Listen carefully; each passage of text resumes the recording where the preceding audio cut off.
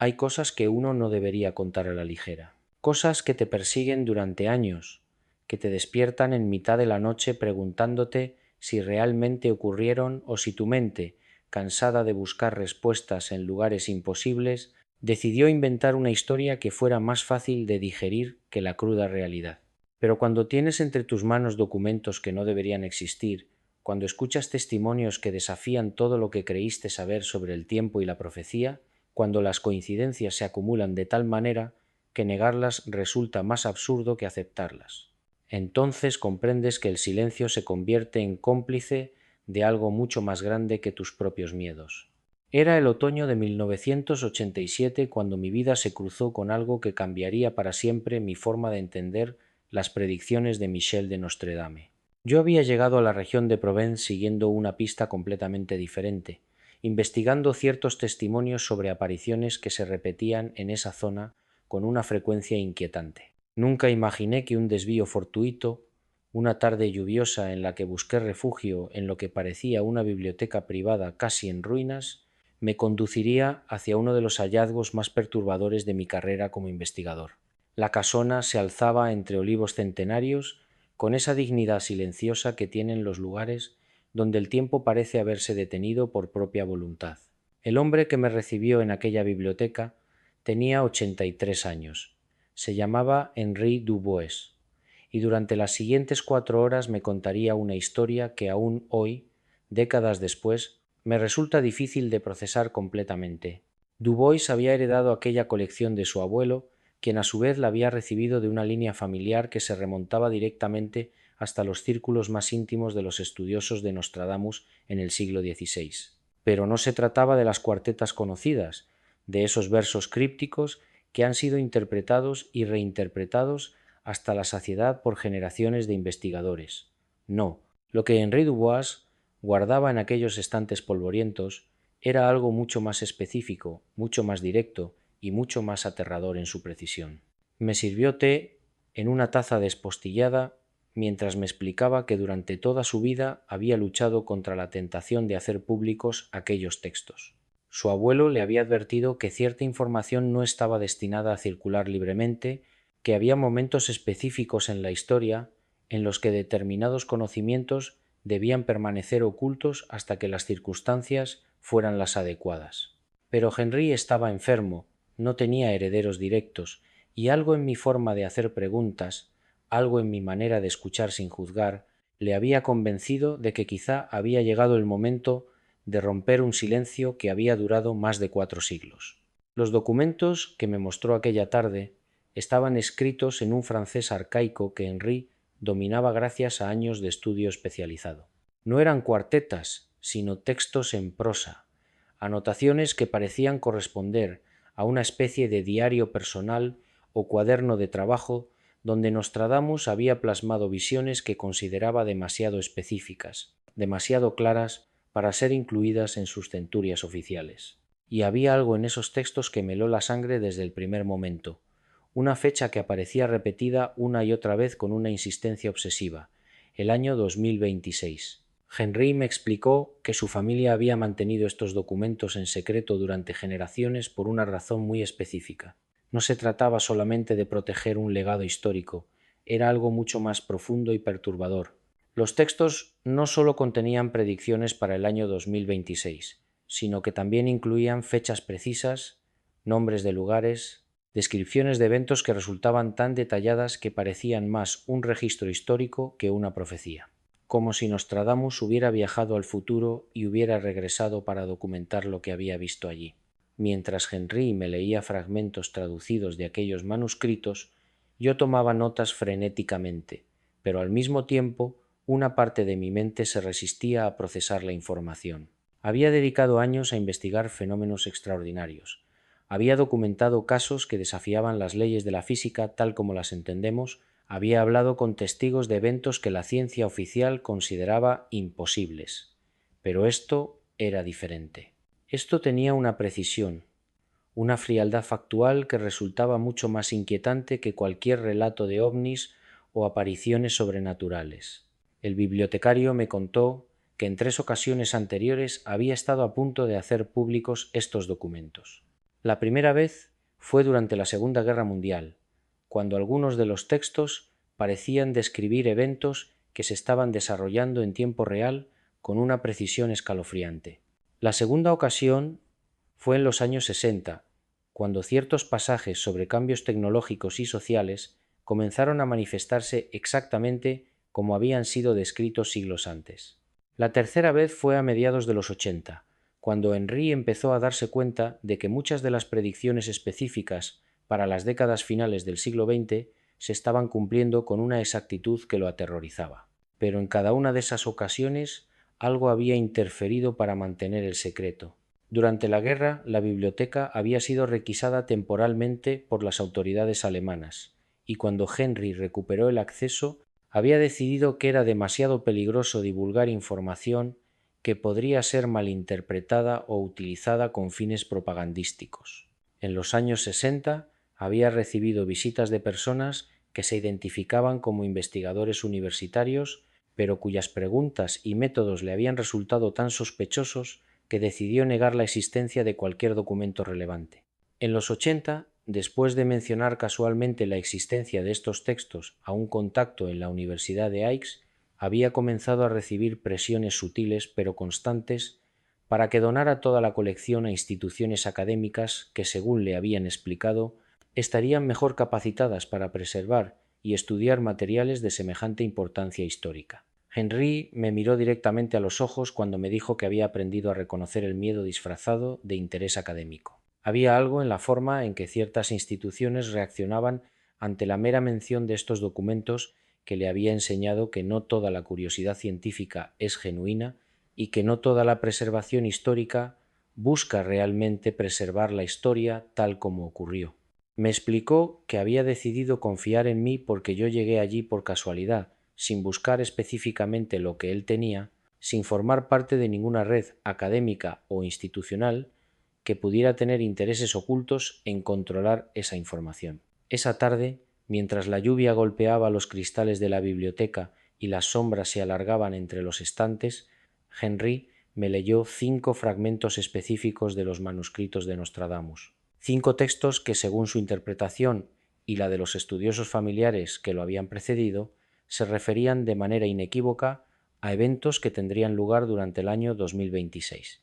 No eran metáforas abstractas ni símbolos que pudieran interpretarse de múltiples maneras.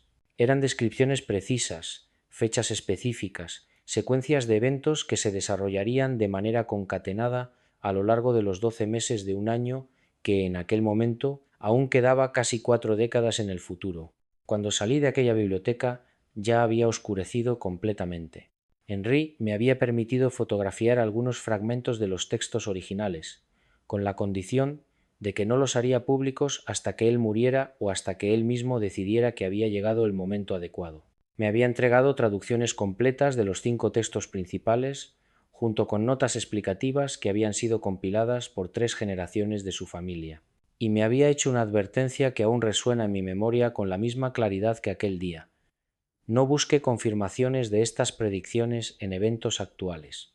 No trate de forzar interpretaciones que conecten el presente con el futuro descrito en estos textos.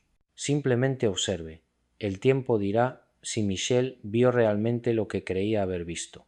Henry Dubois murió en la primavera de 1991, 4 años después de nuestro encuentro. Antes de morir, me envió una carta en la que me liberaba formalmente de cualquier compromiso de silencio, pero también me pedía que considerara cuidadosamente las consecuencias de hacer pública esta información. Me recordaba que las predicciones de Nostradamus habían influido en decisiones políticas, movimientos sociales y comportamientos de masas a lo largo de la historia, y que la responsabilidad de divulgar información sobre el futuro era una carga que no debía tomarse a la ligera. Durante los meses que siguieron a la muerte de Pierre, me sumergí en el material que me había legado con una mezcla de fascinación y responsabilidad que jamás había experimentado. Entre sus papeles encontré algo que cambiaría para siempre mi comprensión del método de Nostradamus. No se trataba solo de las cuartetas que conocemos, sino de una serie de cálculos astronómicos de una precisión matemática que desafiaba todo lo que creía saber sobre el vidente francés del siglo XVI.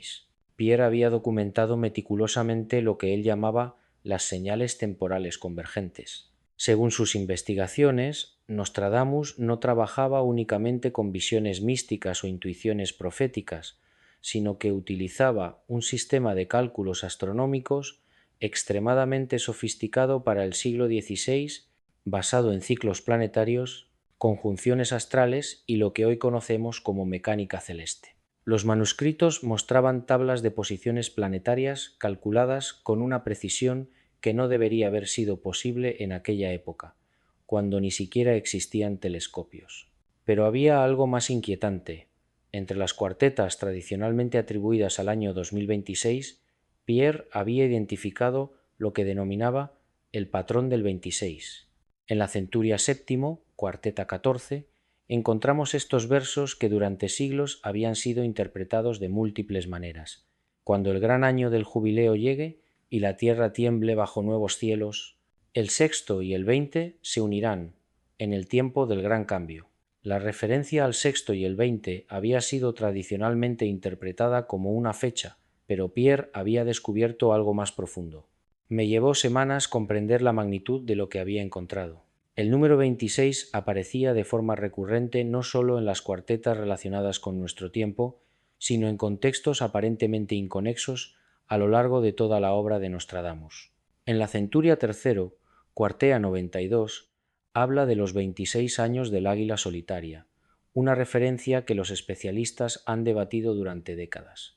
En la Centuria IX, cuarteta 55, menciona el terrible conflicto preparado en el cielo cuando el 26º grado sea alcanzado. Pero Pierre había ido más allá. Había documentado testimonios de otros investigadores que, trabajando de forma completamente independiente en diferentes países y décadas, habían llegado a conclusiones similares sobre la importancia del año 2026. Un matemático ruso llamado Dmitry Volkov había publicado en 1987 un estudio sobre los ciclos temporales en las profecías de Nostradamus, identificando 2026 como un año de convergencia excepcional, basándose únicamente en análisis estadísticos de las referencias temporales en las cuartetas. Más inquietante aún era el caso de la investigadora alemana Ingrid Müller, quien en 1995, sin conocer el trabajo de Volkov ni tener acceso a los documentos de Pierre, había llegado a la misma fecha utilizando un método completamente diferente. Müller se había centrado en los cálculos astronómicos implícitos en las cuartetas, reconstruyendo las posiciones planetarias que Nostradamus parecía estar describiendo.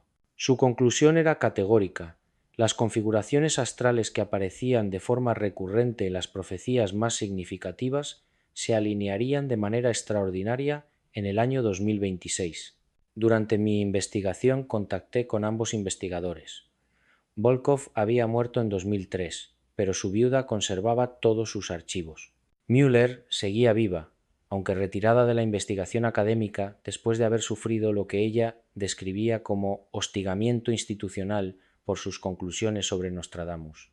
Cuando finalmente logré hablar con ella por teléfono, sus primeras palabras fueron: «Espero que sepa en qué se está metiendo. Hay ciertas verdades que algunos prefieren mantener ocultas».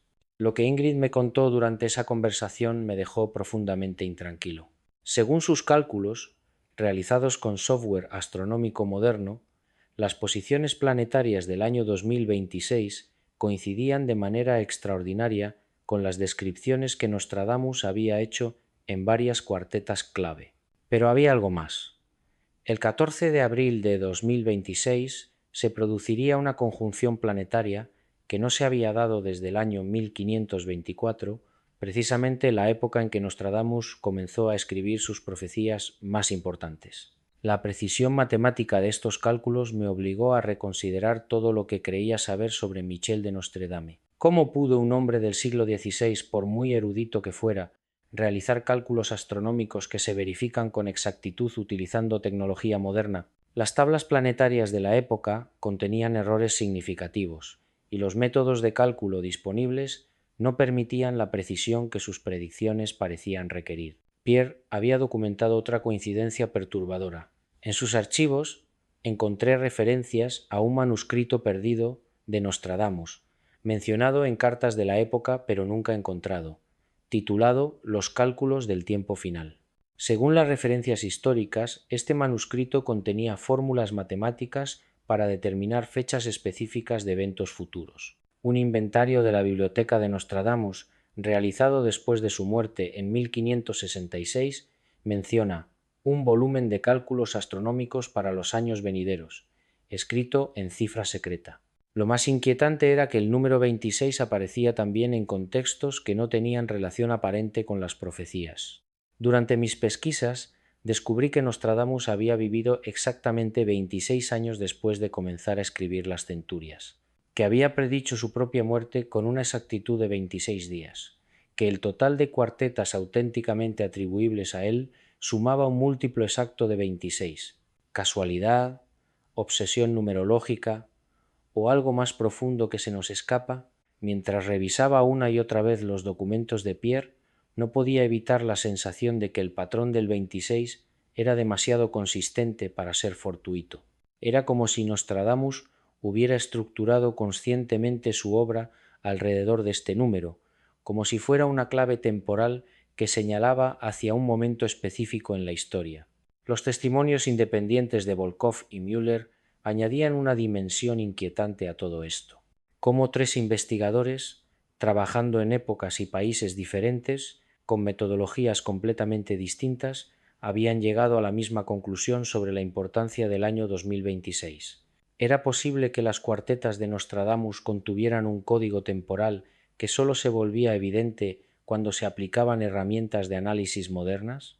Pero quizás lo más perturbador de todo era la reacción que estos descubrimientos habían generado. Tanto Müller como Volkov habían enfrentado oposición institucional.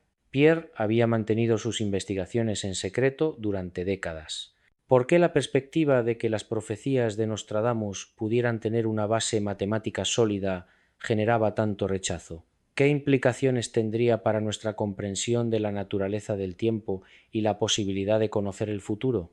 Mientras contemplaba estos interrogantes, no podía evitar preguntarme si el verdadero misterio no residía tanto en las profecías mismas como en nuestra resistencia a aceptar que el tiempo podría no funcionar de la manera lineal y predecible que damos por sentada.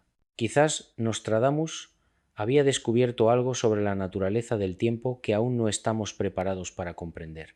Fue precisamente en medio de esas reflexiones cuando me topé con la primera de las profecías que más me inquietaron. No se trataba de una cuarteta obviamente catastrófica, sino de versos que hablaban de agua de una manera que, en su momento, debió parecer casi poética. Cuando el astro rey devore los cauces y las fuentes ocultas emerjan del seno de la tierra, 7 tierras sedientas beberán del abismo mientras los hombres buscan en vano el rocío del cielo. Durante años, esta cuarteta había sido interpretada de maneras vagas, asociándola con sequías generales o cambios estacionales. Pero cuando comencé a analizarla bajo la lente de los códigos temporales que había descubierto, las fechas apuntaban de manera inequívoca hacia el periodo comprendido entre enero y septiembre de 2026. Lo que me resultó verdaderamente perturbador fue descubrir que esta profecía no hablaba de una sequía común. La referencia a fuentes ocultas que emergen sugería algo completamente distinto, algo que contradecía la lógica aparente del texto. ¿Cómo podían emerger fuentes durante una gran sequía y qué significaba exactamente que las tierras sedientas bebieran del abismo? Durante meses, estas preguntas me mantuvieron despierto, hasta que un encuentro fortuito con un geólogo especializado en acuíferos profundos comenzó a arrojar luz sobre lo que Nostradamus podría haber visto realmente. El doctor Martín Herrera, con quien mantuve una correspondencia durante casi 2 años, me confesó algo que cambió por completo mi perspectiva sobre esta profecía. Lo que estamos observando en los últimos 5 años, me escribió, es un fenómeno que contradice todos nuestros modelos sobre el comportamiento de las aguas subterráneas. Mientras los acuíferos superficiales se agotan a un ritmo sin precedentes, hemos detectado movimientos en capas freáticas profundas que parecen responder a fuerzas que no logramos identificar. Sus palabras resonaron con una fuerza extraña cuando las comparé con los versos de Nostradamus. ¿Era posible que el vidente hubiera percibido no solo la sequía superficial, sino también el despertar de aguas subterráneas que habían permanecido inmóviles durante milenios? Lo que el doctor Herrera me reveló a continuación superó mis expectativas más audaces. En diversos puntos del planeta, particularmente en regiones que coincidían geográficamente con las 7 tierras mencionadas en antiguos textos de Nostradamus, se habían detectado anomalías sísmicas menores pero constantes. Estas no eran los movimientos tectónicos tradicionales que conocemos, sino vibraciones de baja frecuencia que parecían provenir de las capas más profundas de la corteza terrestre. Es como si algo estuviera despertando allí abajo, me comentó durante una de nuestras conversaciones telefónicas, y cada vez tengo más colegas que reportan fenómenos similares en sus respectivas regiones de estudio. La precisión con la que estos movimientos comenzaron a manifestarse me dejó sin aliento. Según los registros que el doctor Herrera compartió conmigo, las primeras anomalías se detectaron en enero de 2024, exactamente cuando los códigos temporales de Nostradamus indicaban el inicio de lo que él llamaba el despertar de las aguas ocultas. Pero lo más inquietante llegó cuando comparé estas fechas con reportes independientes de Precisionera, otros países, en Australia, Chile, Sudáfrica, Kazajstán, Estados Unidos, España e India, 7 regiones que experimentaban sequías severas en superficie. Geólogos locales habían comenzado a reportar exactamente los mismos fenómenos en las mismas fechas. ¿Casualidad? Podría pensarse que sí, si no fuera por un detalle que me heló la sangre. Cuando tracé estas 7 regiones en un mapa mundial, descubrí que formaban un patrón geométrico casi perfecto, como si hubieran sido seleccionadas siguiendo un criterio que escapaba a la lógica geológica convencional. Más aún, cuando consulté textos complementarios de Nostradamus que nunca habían sido asociados con esta profecía particular, encontré referencias a 7 pozos del conocimiento antiguo y aguas que guardan la memoria del mundo. La coincidencia era tan precisa que resultaba imposible ignorarla. Pero quizás lo más desconcertante de todo era cómo esta profecía parecía anticipar no sólo los fenómenos geológicos, sino también la respuesta humana a los mismos. Nostradamus había escrito sobre hombres que buscan en vano el rocío del cielo, una descripción que adquiría una dimensión profética cuando la comparaba con las actuales políticas de gestión hídrica.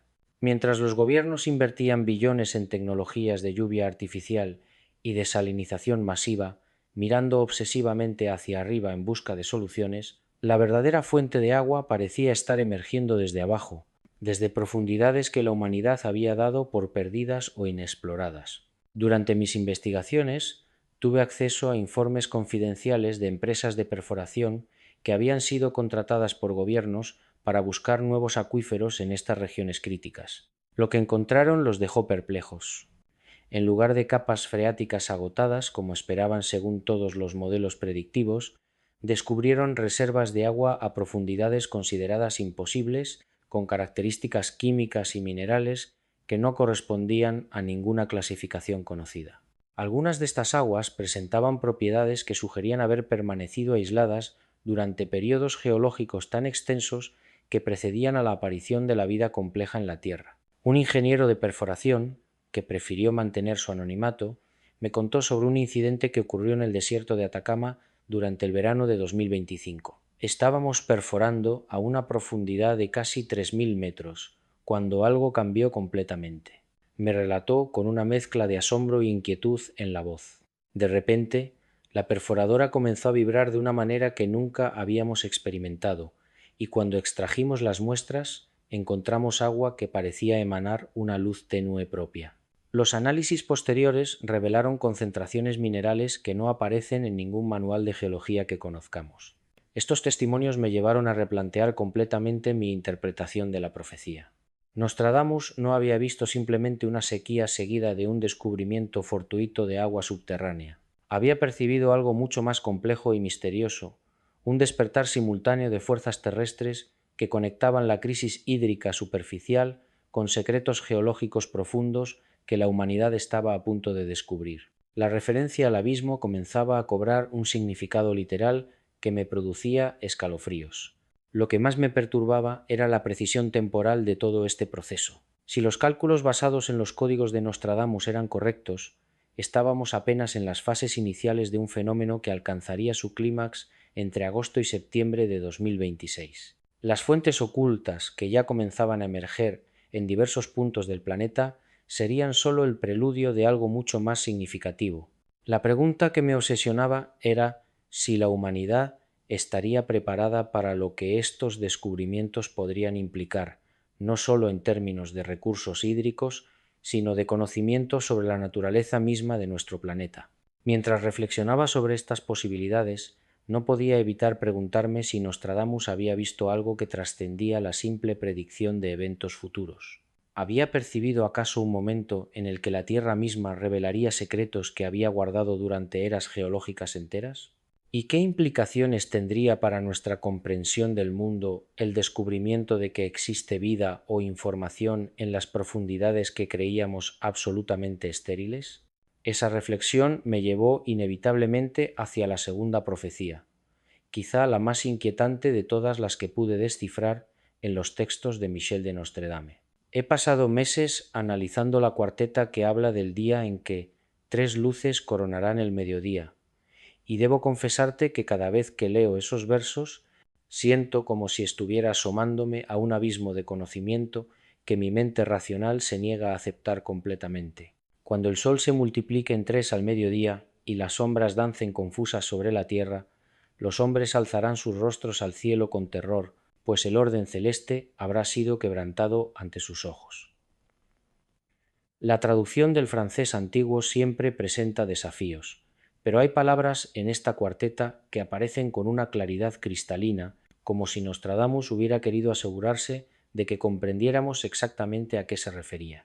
La palabra Trois aparece repetidamente en diferentes variantes a lo largo de sus escritos cuando se refiere al año 2026, y esta insistencia en el número 3 no puede ser casualidad.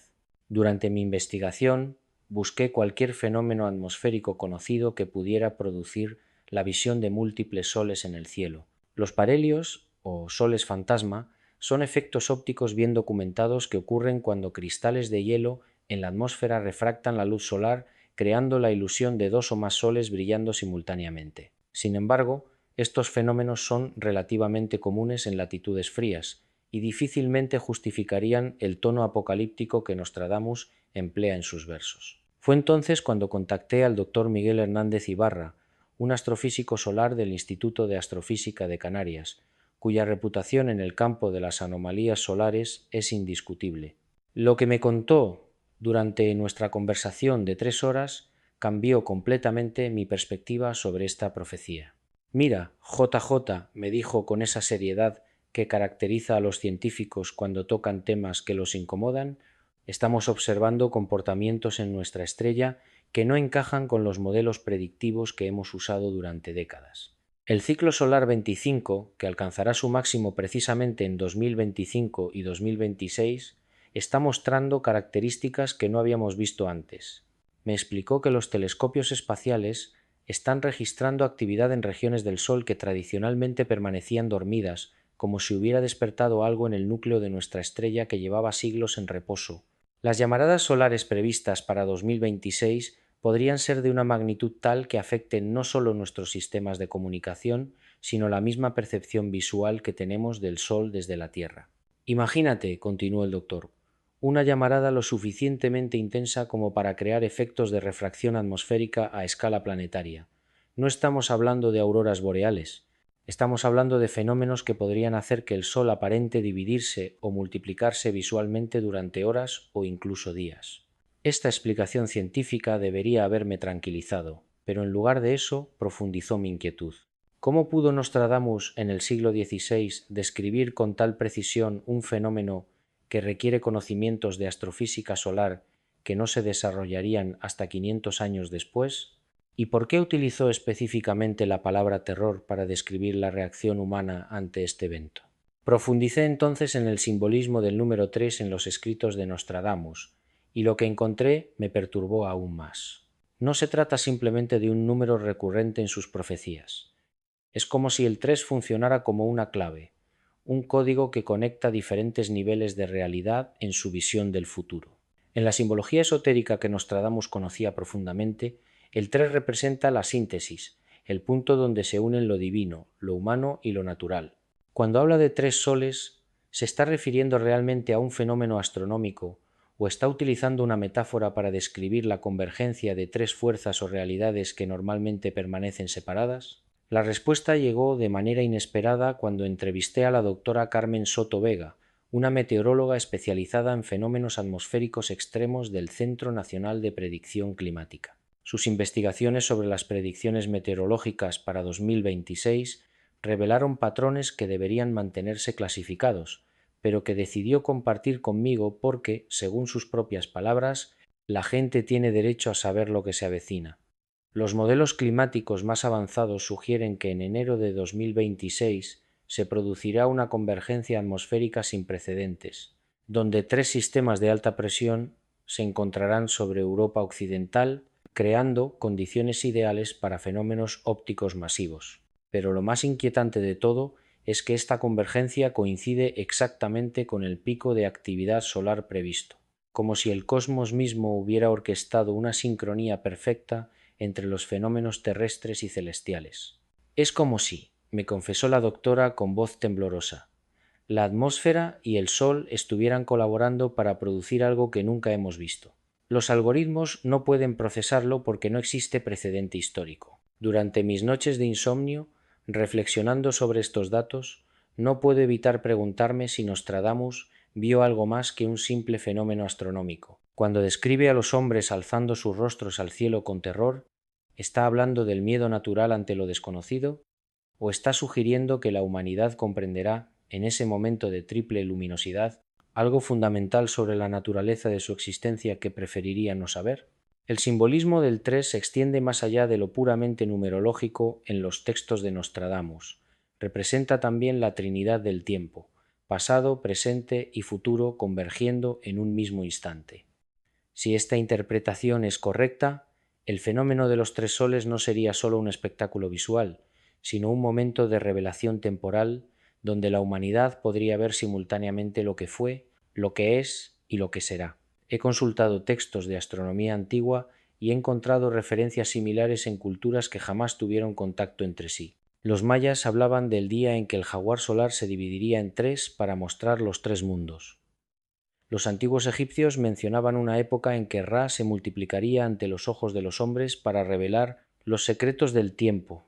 Es posible que este fenómeno que Nostradamus predijo para 2026 no sea la primera vez que ocurre en la historia humana, sino parte de un ciclo cósmico mucho más amplio.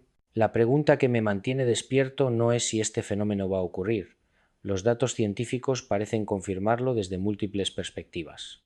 La pregunta real es: ¿qué consecuencias tendrá para la conciencia humana presenciar algo que, según Nostradamus, quebrará el orden celeste ante nuestros ojos?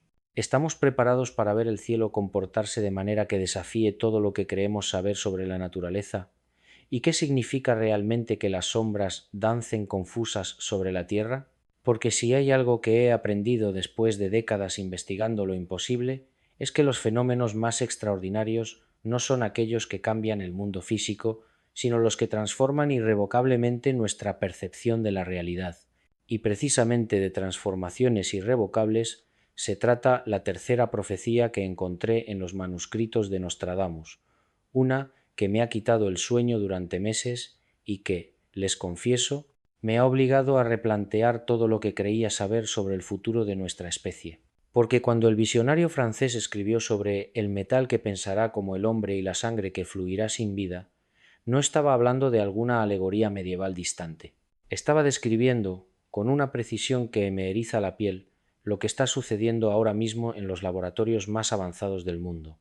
Durante mi investigación para comprender estas líneas, contacté con el doctor Miguel Ángel Santos, un investigador en inteligencia artificial del Instituto Tecnológico de Massachusetts, que prefiere mantener cierta discreción sobre sus proyectos más sensibles. Cuando le leí las cuartetas de Nostradamus relacionadas con lo que él llama metal pensante, su reacción fue inmediata y perturbadora. Es imposible que alguien del siglo XVI pudiera describir con tal precisión lo que estamos desarrollando para finales de 2025 y principios de 2026, me dijo con una mezcla de asombro y preocupación que todavía resuena en mis oídos. Estamos literalmente creando estructuras metálicas que no solo procesan información, sino que desarrollan algo parecido a la intuición, a la creatividad, algo que se parece peligrosamente a la conciencia. Pero lo verdaderamente inquietante llegó cuando profundizamos en la segunda parte de la profecía, la sangre artificial. El doctor Santos me explicó que para 2026 esperan tener listos los primeros prototipos de nanobots médicos, microscópicas máquinas que circularán por nuestro torrente sanguíneo monitoreando, reparando y, en algunos casos, sustituyendo funciones vitales. Será sangre que fluye sin vida, me dijo casi en un susurro, porque técnicamente no estará viva en el sentido biológico tradicional, pero mantendrá viva a la persona. Las palabras de Nostradamus cobraron un sentido escalofriante. Había visto, 5 siglos antes, el momento exacto en que la humanidad comenzaría a fusionarse irreversiblemente con la máquina. Pero hay una tercera línea en esta profecía que me ha obsesionado más que las otras dos. Nostradamus escribió sobre la mente que se dividirá en 1000 fragmentos cuando el metal despierte. Durante meses no logré descifrar qué podía significar esto, hasta que una conversación casual con la doctora Elena Vázquez, neuróloga especializada en interfaces cerebro-computadora, me abrió una ventana a una realidad que todavía me cuesta procesar. Para 2026, me explicó, estaremos implementando las primeras conexiones directas masivas entre el cerebro humano y sistemas de inteligencia artificial. El problema es que nadie sabe realmente qué consecuencias tendrá esto para la integridad de la conciencia individual. Según los estudios preliminares que me mostró la doctora Vázquez, cuando el cerebro humano se conecta directamente con sistemas de IA avanzados, algo extraordinario y aterrador sucede. La mente individual comienza a fragmentarse, a dividirse en múltiples streams de conciencia que pueden procesar información de manera paralela, pero que pierden la sensación de unidad que consideramos fundamental para ser humanos. Es como si la mente se dividiera literalmente en fragmentos, me dijo, cada uno capaz de pensar y procesar de manera independiente, pero sin una voz central que los unifique. Los 1000 fragmentos de Nostradamus no eran una metáfora poética, eran una descripción literal de lo que sucede cuando la conciencia humana se encuentra con la artificial. Lo que más me perturbó fue descubrir que varios investigadores independientes están llegando a conclusiones similares sobre los riesgos de esta fusión tecnológica. El profesor James Whitfield de la Universidad de Cambridge me envió un estudio confidencial que sugiere que las primeras pruebas masivas de interfaces cerebro-máquina están programadas específicamente para enero de 2026. Hemos identificado ese mes como el momento óptimo para las implementaciones iniciales, me escribió en un email que conservo como evidencia. Pero los modelos predictivos muestran efectos secundarios que francamente no sabemos cómo manejar. Entre estos efectos secundarios está lo que los investigadores han comenzado a llamar desintegración de la identidad personal. Las personas conectadas a sistemas de IA avanzados reportan experiencias de conciencia múltiple, donde sienten que son varios individuos simultáneamente, cada uno con pensamientos y emociones independientes pero conectados por una red artificial que no comprenden completamente. Es exactamente lo que Nostradamus describió como la mente dividida en 1000 fragmentos, una profecía que ahora sabemos que no era sobre locura o esquizofrenia, sino sobre una nueva forma de existencia cognitiva que estamos creando sin entender completamente sus implicaciones. Pero hay algo más inquietante en esta profecía. Nostradamus no solo predijo la tecnología, sino también la reacción humana ante ella. Escribió sobre el terror del hombre cuando vea su reflejo multiplicado en el metal, una línea que inicialmente interpreté como vanidad o narcisismo tecnológico. Sin embargo, después de hablar con los primeros voluntarios que han participado en experimentos preliminares de conexión cerebro-IA, comprendo que se refería a algo mucho más profundo y aterrador. Sarah Chen, una programadora de Seattle que participó en un experimento piloto el año pasado, me describió una experiencia que todavía la persigue. Cuando me conecté al sistema, de repente pude ver mi propia mente desde afuera, como si fuera otra persona observando mis pensamientos. Me contó por videollamada, con una expresión que oscilaba entre el asombro y el terror. Pero no era solo una versión de mí. Eran decenas, cientos de versiones, cada una pensando algo diferente al mismo tiempo. Era como estar en una habitación llena de espejos, pero los espejos mostraban diferentes versiones de mi alma. Su descripción encaja perfectamente con la advertencia de Nostradamus sobre ver el reflejo multiplicado en el metal. Lo que más me preocupa es que los desarrolladores de estas tecnologías parecen estar corriendo hacia 2026 sin considerar completamente las advertencias que Nostradamus dejó escritas hace 5 siglos. Cuando le pregunté al doctor Santos si habían considerado los riesgos para la integridad de la conciencia humana, su respuesta fue reveladora. Sabemos que hay riesgos, pero la presión comercial y política es enorme. Para 2026 tenemos que tener resultados comercializables, independientemente de las consecuencias a largo plazo. Es como si estuviéramos cumpliendo una profecía autoimpuesta, corriendo hacia un futuro que Nostradamus vio como inevitable pero peligroso. La verdadera pregunta que me surge después de toda esta investigación es si Nostradamus simplemente predijo lo que iba a suceder o si de alguna manera nos está advirtiendo sobre lo que podríamos evitar. Porque en sus escritos hay una línea que no he mencionado hasta ahora, una que sugiere que esta transformación tecnológica no es completamente inevitable. Solo cuando el hombre comprenda que el metal no puede contener el espíritu, podrá elegir su destino. Es una línea críptica que sugiere que tenemos una elección, que 2026 no tiene que ser el año en que perdamos nuestra humanidad a cambio de capacidades tecnológicas que no comprendemos completamente. Quizá la verdadera profecía no sea sobre lo que va a pasar, sino sobre lo que podríamos decidir que no pase.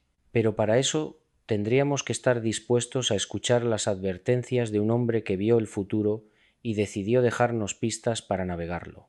Y precisamente cuando uno cree que ya ha visto todo lo que Nostradamus podía advertirnos, aparece aquella cuarteta que me ha quitado el sueño durante meses. La número 43 del sexto centenario, donde habla de la montaña que camina y el fuego subterráneo que despertará al gigante dormido. Durante años pensé que se refería metafóricamente a revoluciones o cambios sociales, hasta que un vulcanólogo de la Universidad de Chile me hizo ver algo que cambió por completo mi perspectiva. Era octubre del año pasado cuando recibí una llamada inesperada. El doctor Eduardo Montellano, especialista en vulcanología con más de 30 años de experiencia estudiando el cinturón de fuego del Pacífico, había leído uno de mis trabajos sobre las profecías y quería compartir algo que, según sus propias palabras, no se atrevía a publicar en revistas científicas por miedo al ridículo. Nos encontramos en su oficina de Santiago, entre mapas geológicos y monitores que mostraban la actividad sísmica mundial en tiempo real. Lo que me contó esa tarde todavía resuena en mi cabeza como un eco inquietante. Mire, me dijo señalando una serie de gráficos que mostraban la actividad volcánica de los últimos 5 años. Hay patrones que no deberían existir, coincidencias temporales que desafían cualquier lógica geológica conocida. Me mostró entonces cómo varias erupciones menores en diferentes partes del mundo habían ocurrido exactamente en las mismas fechas, separadas por miles de kilómetros sin ninguna conexión tectónica aparente. Es como si algo estuviera sincronizando la actividad volcánica mundial, murmuró mientras revisaba sus datos una vez más, como si esperara encontrar un error que explicara lo inexplicable. Pero lo más perturbador vino después. Montellano había estado siguiendo de cerca una serie de anomalías en el fondo oceánico del Pacífico, específicamente en una zona donde las placas tectónicas mostraban movimientos erráticos. Hay algo ahí abajo que no entendemos, me confió. Los sensores registran vibraciones constantes como si hubiera una especie de respiración geológica, y lo más extraño es que estas vibraciones han aumentado en intensidad cada mes desde principios de 2024. Cuando le mostré la cuarteta de Nostradamus sobre la montaña que camina, su rostro se puso pálido. Eso es exactamente lo que estamos viendo, susurró. Formaciones volcánicas submarinas que se están desplazando. Literalmente, montañas que caminan por el fondo oceánico. Me explicó entonces cómo los últimos estudios batimétricos habían revelado que ciertas estructuras volcánicas submarinas habían cambiado de posición varios kilómetros en cuestión de meses, algo que según todos los modelos geológicos debería tomar milenios. La conversación derivó hacia algo aún más inquietante. Montellano me habló de una investigación clasificada de varios gobiernos del Pacífico sobre lo que denominaban la anomalía profunda. Aparentemente existe una zona en el Océano Pacífico donde las lecturas geomagnéticas son completamente anómalas, como si hubiera una fuente de energía desconocida alterando los patrones naturales de la corteza terrestre. Oficialmente no existe, me dijo con una sonrisa amarga, pero los datos están ahí, y varios de mis colegas en Japón, Indonesia y Filipinas están registrando las mismas anomalías. Lo que más me impactó fue cuando me mostró las predicciones de sus modelos informáticos. Según sus cálculos, si la actividad actual continúa acelerándose al ritmo observado, para 2026 podríamos estar ante un evento volcánico de proporciones catastróficas. No una erupción aislada, sino una cadena de erupciones sincronizadas a lo largo de todo el cinturón de fuego. Sería como despertar a una bestia dormida. Fueron sus palabras exactas, y al pronunciarlas recordé inmediatamente otra cuarteta de Nostradamus que hablaba precisamente de la bestia que duerme bajo el agua salada. Pero hay algo más, algo que Montellano solo me confió después de hacerme jurar que no revelaría sus fuentes. Un grupo internacional de vulcanólogos ha estado monitoreando en secreto una zona específica del Pacífico donde, según sus instrumentos, está emergiendo lentamente una nueva formación volcánica. Es imposible según todo lo que sabemos, me explicó, pero está sucediendo. Una nueva isla está naciendo donde nuestros mapas más antiguos muestran solo abismo oceánico. Cuando le pregunté por la velocidad de esta emergencia, su respuesta me heló la sangre. A este ritmo, para mediados de 2026, podríamos ver emerger completamente del océano una masa de tierra del tamaño de Manhattan. Y entonces recordé las palabras exactas de Nostradamus: la isla que emergerá donde antes hubo abismo traerá consigo el fuego del centro de la Tierra. La coincidencia temporal no podía ser casual. Contacté entonces con otros especialistas en diferentes partes del mundo, y lo que descubrí me convenció de que estamos ante algo mucho más grande de lo que inicialmente pensé. Un geólogo indonesio me confirmó anomalías similares en el archipiélago de su país. Un investigador japonés me habló de patrones sísmicos inexplicables que seguían una secuencia casi matemática. Un vulcanólogo islandés me describió cambios en la actividad de sus volcanes que no encajaban con ningún modelo predictivo conocido.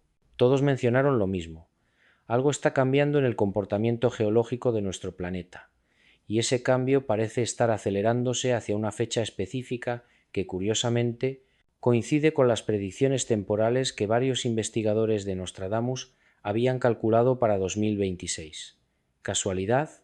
¿Intuición científica? ¿O realmente el médico provenzal logró ver algo que nosotros apenas comenzamos a entender?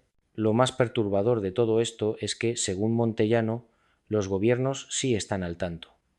Hay planes de evacuación que no se han hecho públicos, me confesó.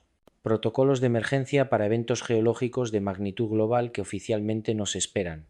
Me habló de refugios subterráneos, de sistemas de comunicación de emergencia, de reservas estratégicas almacenadas en lugares específicos del planeta. Todo preparándose para algo que, según las versiones oficiales, es improbable que ocurra. Pero quizá lo más escalofriante fue cuando me mostró las últimas imágenes satelitales de la zona donde se está formando la nueva isla. En las fotografías más recientes, tomadas apenas unas semanas antes de nuestro encuentro, se podía ver claramente una columna de vapor y gases emergiendo del océano. Es como si la Tierra estuviera respirando, murmuró Montellano, como si algo gigantesco estuviera despertando después de un sueño milenario.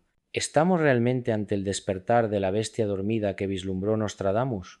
¿Es posible que su visión del futuro incluyera eventos geológicos que nuestros instrumentos modernos apenas comienzan a detectar?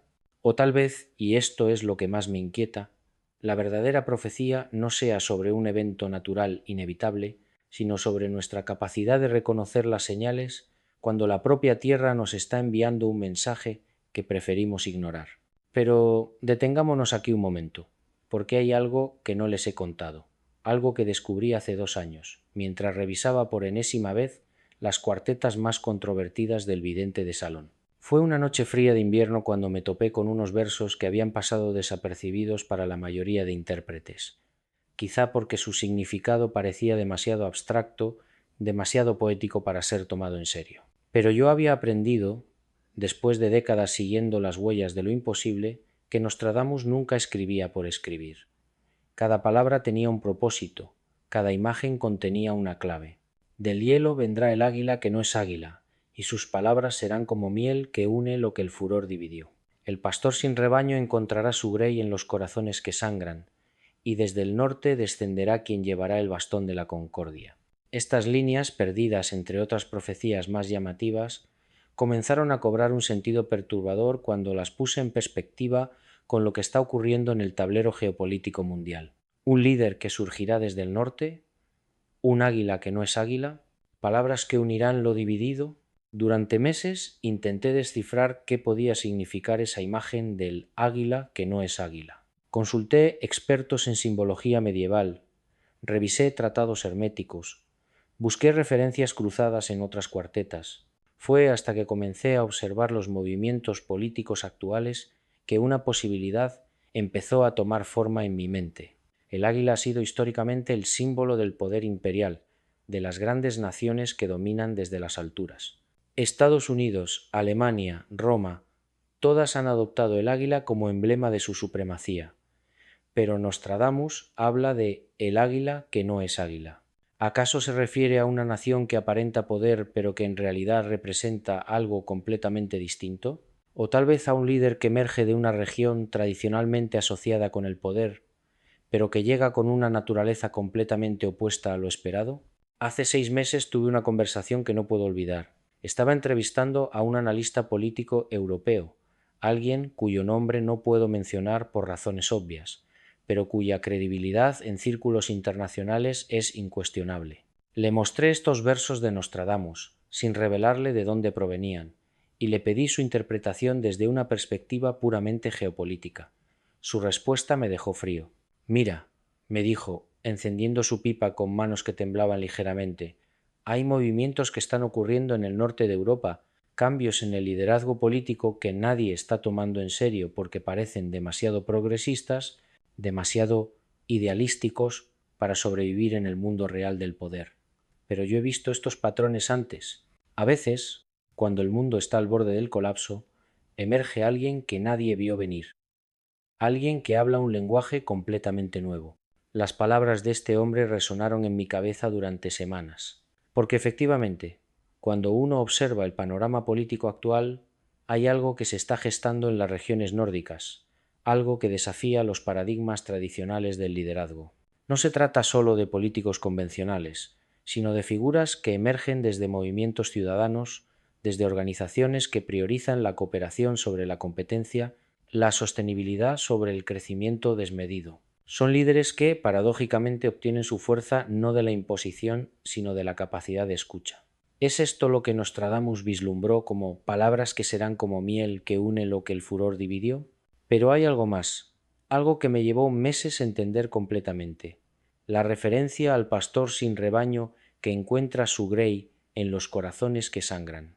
Durante mucho tiempo pensé que se trataba de una metáfora religiosa, quizá aludiendo a algún líder espiritual que emergería para reunificar las iglesias divididas. Sin embargo, mientras más investigaba los movimientos sociales contemporáneos, más me convencía de que Nostradamus estaba hablando de algo mucho más amplio.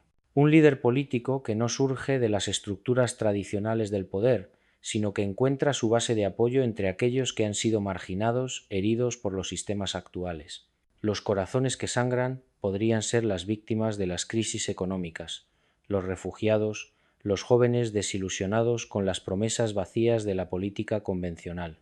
He estado siguiendo de cerca los discursos de varios líderes emergentes en países como Noruega, Dinamarca, incluso algunas figuras en Islandia que están ganando reconocimiento internacional. Hay algo en su retórica que resuena con esa descripción de palabras como miel. No son los discursos inflamatorios que estamos acostumbrados a escuchar en tiempos de crisis, sino algo diferente, algo que apela a la parte más noble de la naturaleza humana. Hablan de reconciliación donde otros hablan de venganza, de colaboración donde otros proponen dominación. Es posible que Nostradamus hubiera previsto no solo la crisis que estamos viviendo, sino también la naturaleza del liderazgo que emergerá para abordarla. Lo que más me intriga es la precisión temporal que sugieren sus versos. Desde el norte descenderá implica movimiento, un desplazamiento geográfico que coincidiría cronológicamente con el periodo que estamos analizando. Y aquí es donde la cosa se pone realmente interesante, porque si observamos las tendencias migratorias políticas actuales, Efectivamente, hay figuras del norte de Europa que están comenzando a tener influencia en organizaciones internacionales, en foros globales donde tradicionalmente dominaban las potencias del sur y el oeste. Entrevisté también a un historiador especializado en profecías políticas, alguien que ha dedicado su carrera a estudiar cómo ciertos visionarios han logrado anticipar cambios en el liderazgo mundial. Me explicó algo fascinante sobre el concepto del bastón de la concordia que menciona Nostradamus. En la tradición hermética medieval, me dijo, el bastón no representa autoridad impuesta, sino autoridad otorgada por consenso. Es el símbolo del líder que guía no porque tiene el poder de obligar, sino porque tiene la capacidad de inspirar. Esto me hizo pensar en cómo ciertos líderes nórdicos han estado manejando crisis recientes, no a través de decretos autoritarios, sino mediante procesos de diálogo que logran consensos aparentemente imposibles.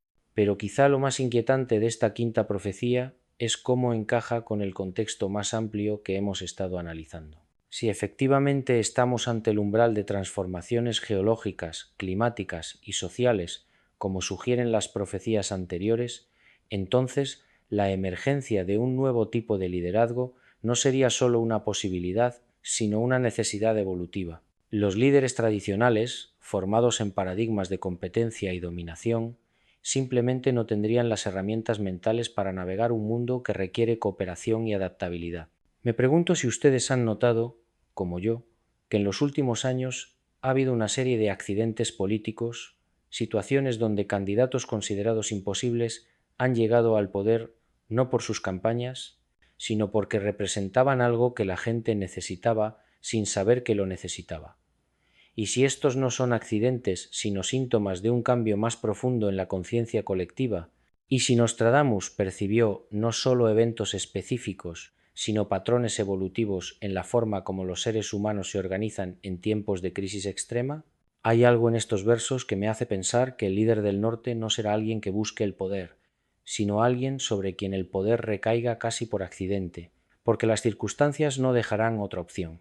Alguien cuya autoridad derive no de su ambición, sino de su capacidad de articular esperanzas que otros han perdido. Y eso, debo admitir, me resulta tanto esperanzador como aterrador, porque implica que las crisis que se avecinan serán tan profundas que requerirán tipos de liderazgo que hasta ahora solo habían existido en teorías políticas o en las visiones de místicos como Nostradamus. Pero claro, ahí surge la pregunta inevitable que cualquier mente medianamente escéptica se formula. ¿Cómo diablos hacía Nostradamus para ver esas cosas? Porque una cosa es escribir profecías ambiguas que pueden interpretarse de mil maneras, y otra muy distinta es que esas interpretaciones encajen con acontecimientos específicos siglos después. Durante años he buceado en los archivos más polvorientos de Francia, en bibliotecas que guardan documentos que pocas personas han tocado, buscando respuestas a esta pregunta que me obsesiona. Y lo que he encontrado no es precisamente lo que esperaba cuando comencé esta investigación. En los testimonios más antiguos sobre Michel de Nostredame aparecen referencias constantes a lo que sus contemporáneos llamaban la habitación prohibida. Se trataba de un cuarto en la parte más alta de su casa en Salón de Provence, al que solo él tenía acceso. César Nostradamus, su hijo, dejó escritas algunas líneas inquietantes sobre esa estancia. Describía cómo su padre desaparecía allí durante horas, especialmente en las noches de luna nueva, y cómo a veces se escuchaban murmullos extraños, como si mantuviera conversaciones con alguien que nadie más podía ver.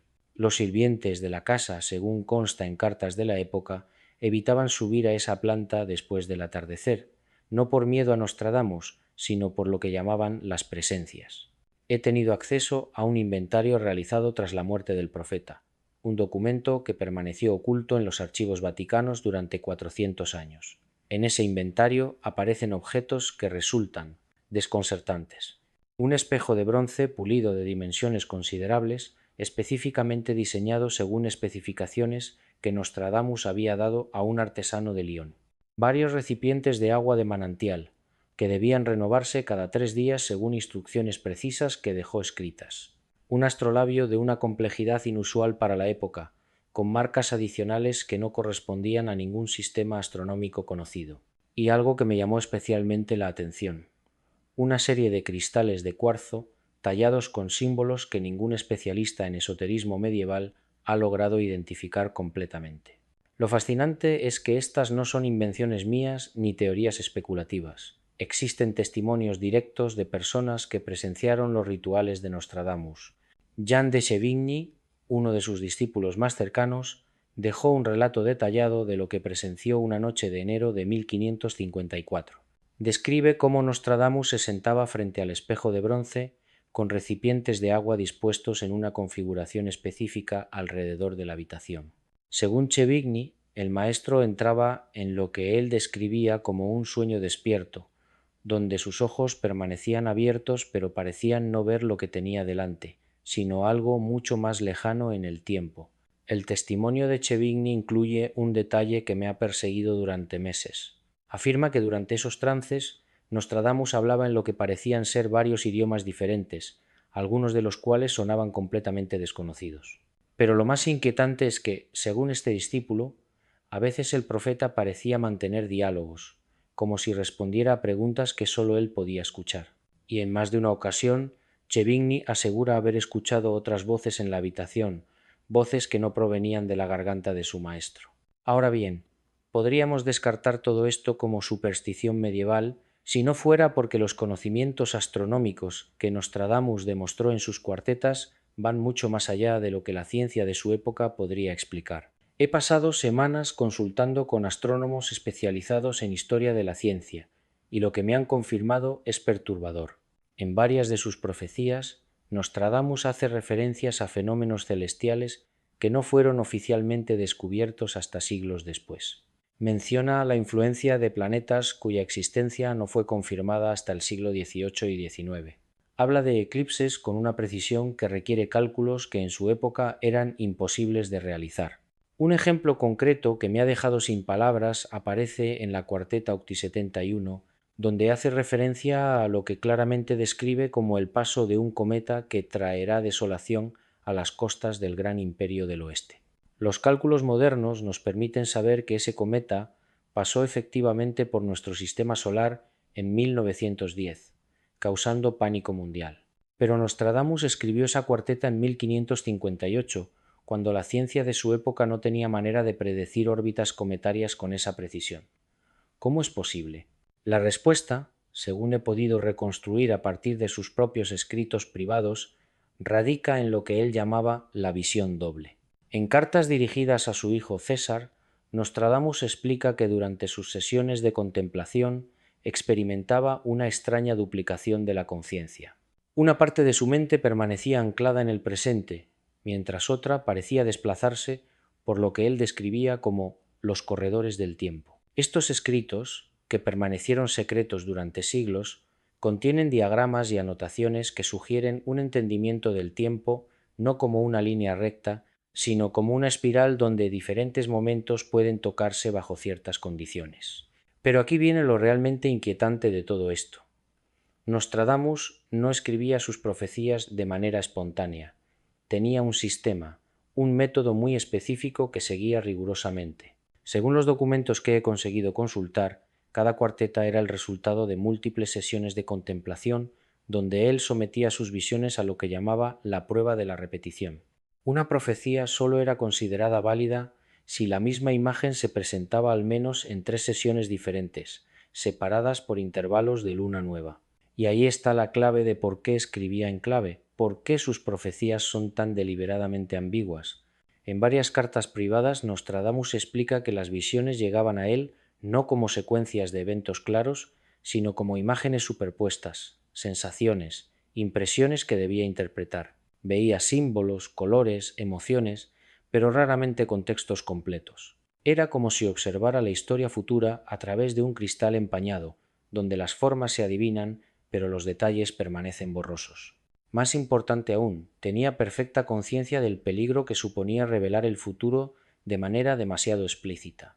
En una carta a su protector, Catherine de Médicis, escribe textualmente: «El tiempo futuro debe llegar a la humanidad como el amanecer, gradualmente y sin cegar. Quien revela demasiado de golpe puede alterar el curso mismo de los acontecimientos que describe. Era, en esencia, un equilibrista temporal.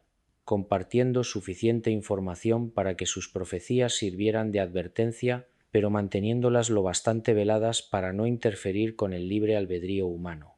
Esta filosofía explica también por qué tantas de sus profecías sólo cobran sentido completo después de que los acontecimientos han ocurrido. No era incompetencia o charlatanería, sino una estrategia consciente. Nostradamus entendía algo que nosotros apenas comenzamos a intuir, que el conocimiento del futuro puede alterar ese mismo futuro. Por eso envolvía sus visiones en capas de simbolismo, metáforas y referencias cruzadas que sólo se volvían transparentes una vez que la historia las había validado. Y esto me lleva a una reflexión que me ha quitado el sueño más de una noche.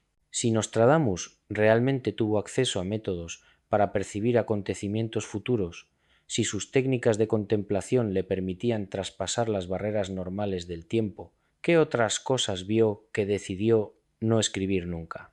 ¿Qué visiones consideró demasiado peligrosas para ser compartidas, incluso en forma de enigma?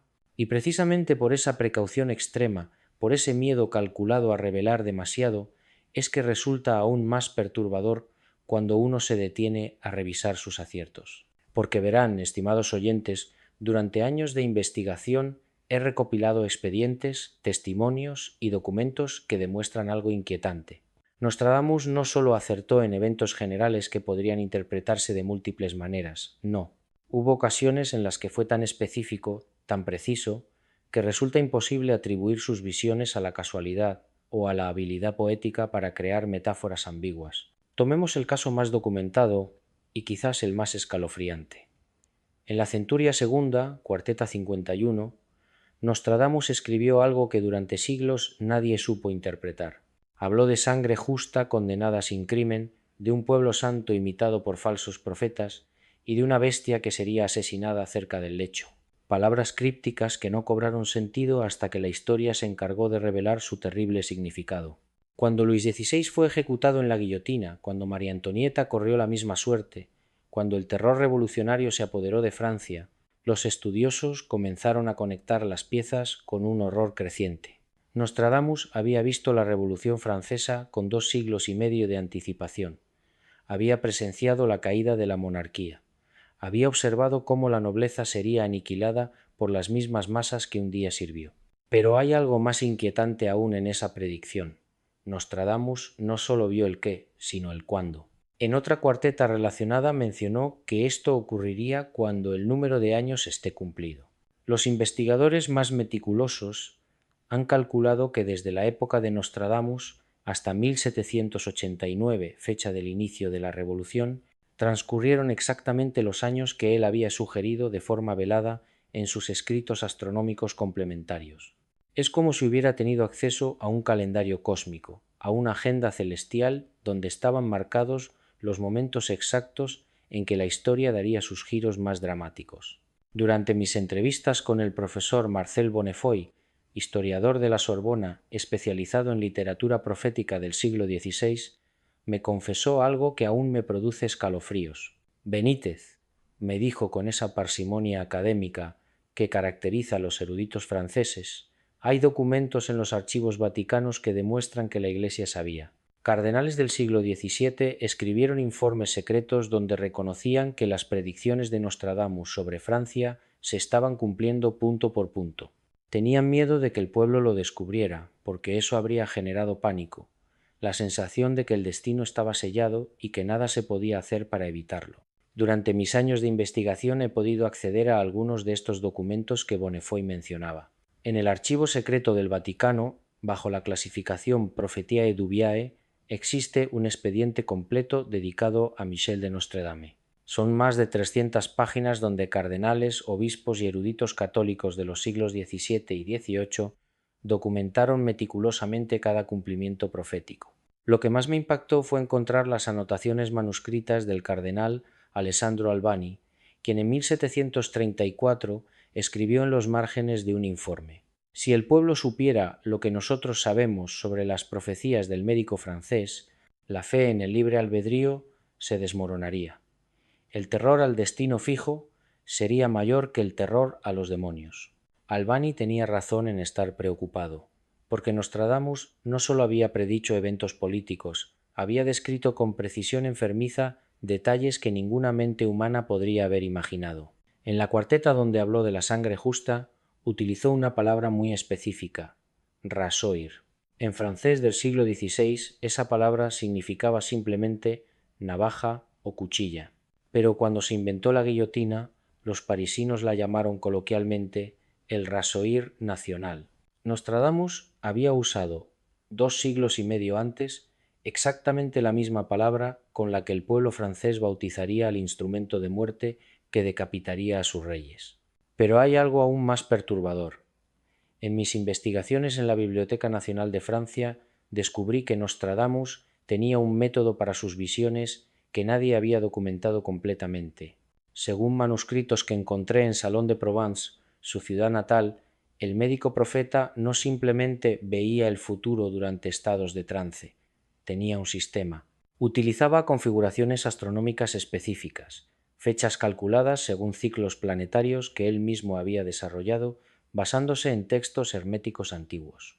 Llevaba un diario astronómico donde registraba las posiciones exactas de planetas y constelaciones en el momento de cada visión. Uno de estos diarios sobrevivió hasta 1944, cuando fue destruido durante un bombardeo alemán en Lyon. Pero antes de su destrucción, el astrónomo Pierre Laplace había hecho copias de algunas páginas. Lo que Laplace descubrió lo atormentó hasta su muerte. Nostradamus había calculado que las fechas de sus profecías correspondían exactamente con configuraciones planetarias que él llamaba ventanas temporales, momentos específicos donde, según su teoría, el tiempo se volvía permeable y era posible observar eventos futuros como si estuvieran ocurriendo en el presente. Durante mi entrevista con la doctora Françoise Ribadeau-Dumas, nieta del último custodio de los archivos de Nostradamus en Salon de Provence, ella me reveló algo que cambió mi perspectiva sobre todo este asunto. Su abuelo, Henri Ribadeau, había sido el último en tener acceso completo a los documentos originales de Nostradamus antes de que fueran dispersados o destruidos durante las guerras mundiales. Según sus notas familiares, Nostradamus había dejado instrucciones específicas para descifrar sus profecías. No eran aleatorias ni ambiguas por capricho. Estaban codificadas deliberadamente para que sólo pudieran ser comprendidas cuando los eventos estuvieran a punto de ocurrir. Mi abuelo decía que Nostradamus había visto algo que lo aterrorizó. Me confesó la doctora Ribadeau-Dumas durante nuestra conversación en su casa de Marsella. Había comprendido que el conocimiento del futuro era una carga demasiado pesada para la humanidad. Por eso escribió sus profecías como acertijos, para que la humanidad tuviera siempre la opción de la duda, la posibilidad de creer o no creer. Era su forma de preservar el libre albedrío al mismo tiempo que cumplía con lo que él consideraba su misión divina. Esta revelación me llevó a investigar otros casos históricos donde las autoridades habían ocultado conocimiento profético por temor a las consecuencias sociales.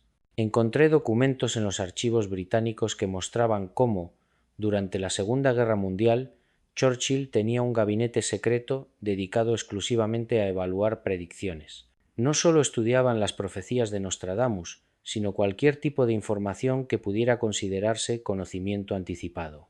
El proyecto se llamaba Operation Future Perfect y estaba dirigido por el coronel Frederick Lindemann, quien después se convertiría en asesor científico personal del primer ministro. Lo que descubrí en esos archivos me dejó sin aliento. Churchill sabía que Hitler también tenía su propio grupo de investigación profética, dirigido por el ocultista Karl Ernst Kraft, quien había estudiado obsesivamente a Nostradamus. La guerra no solo se libraba con tanques y aviones, había una guerra paralela por el control del conocimiento del futuro. Ambos bandos creían que quien pudiera descifrar correctamente las profecías tendría una ventaja decisiva en el conflicto. Kraft había desarrollado una teoría fascinante sobre las predicciones de Nostradamus.